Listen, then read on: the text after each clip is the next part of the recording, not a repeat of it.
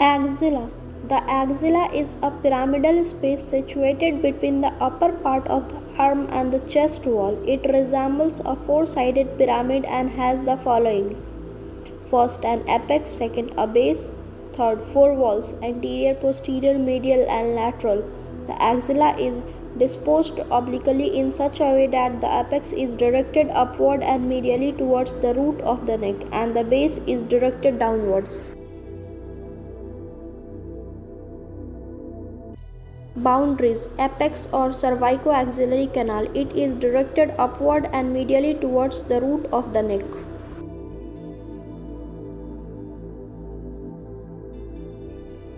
It is truncated, not pointed, and corresponds to triangular interval bounded by, first, anteriorly by the posterior surface of clavicle, second, posteriorly by the superior border of the scapula and the medial aspect of coracoid process. Third, medially it is bounded by the outer border of the first rib. This oblique passage is called the cervicoaxillary canal. The axillary artery, axillary vein, and the brachial plexus enters the axilla through this canal.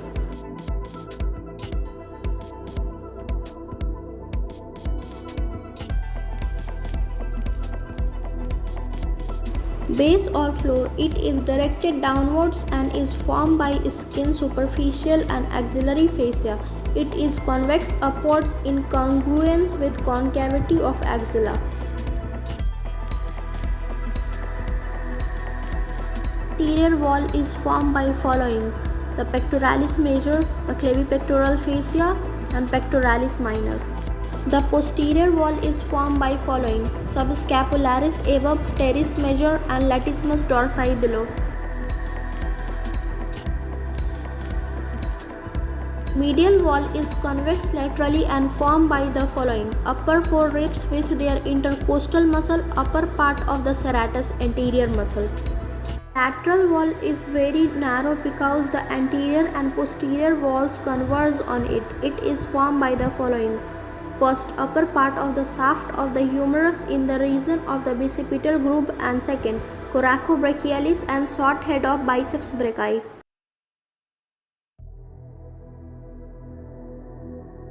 Contents of axilla. First, axillary artery and its branches, and second, axillary vein and its tributaries. Infraclavicular part of the brachial plexus, 5 groups of axillary lymph nodes and the associated lymphatics, the long thoracic and intercostobrachial nerves, axillary fat and areolar tissue in which the other contents are embedded.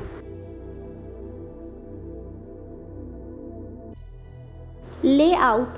First, axillary artery and the brachial plexus of nerves run from the apex to the base along the lateral wall of the axilla, nearer the anterior wall than the posterior wall. Second, the thoracic branches of the axillary artery lie in the contact with the pectoral muscles, the lateral thoracic vessels running along the lower border of pectoralis minor. Third, A. Subscapular vessels run along the lower border of the subscapularis. B. The subscapular nerves and the thoracodorsal nerves to latissimus dorsi, cross the anterior surface of the subscapularis. C. The circumflex scapular vessels wind around the lateral border of the scapula. D. The axillary nerve and the posterior circumflex humeral vessels pass backward close to the surgical neck of the humerus.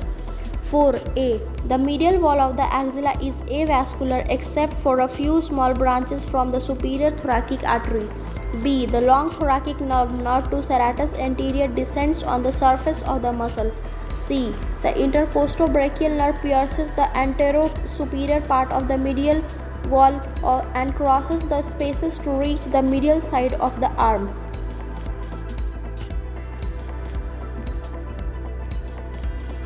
5. The axillary lymph nodes are 20 to 30 in number and are arranged in 5 sets.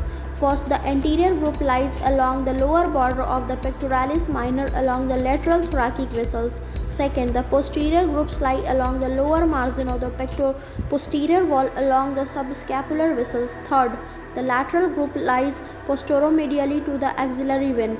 Fourth, the central group lies in the fat of the axilla. Fifth, the apical group lies behind and above the pectoralis minor medial to the axillary vein. Clinical anatomy. The axilla has abundant axillary hair. Infection of the hair follicles and the sebaceous gland give rise to boils which are common in this area.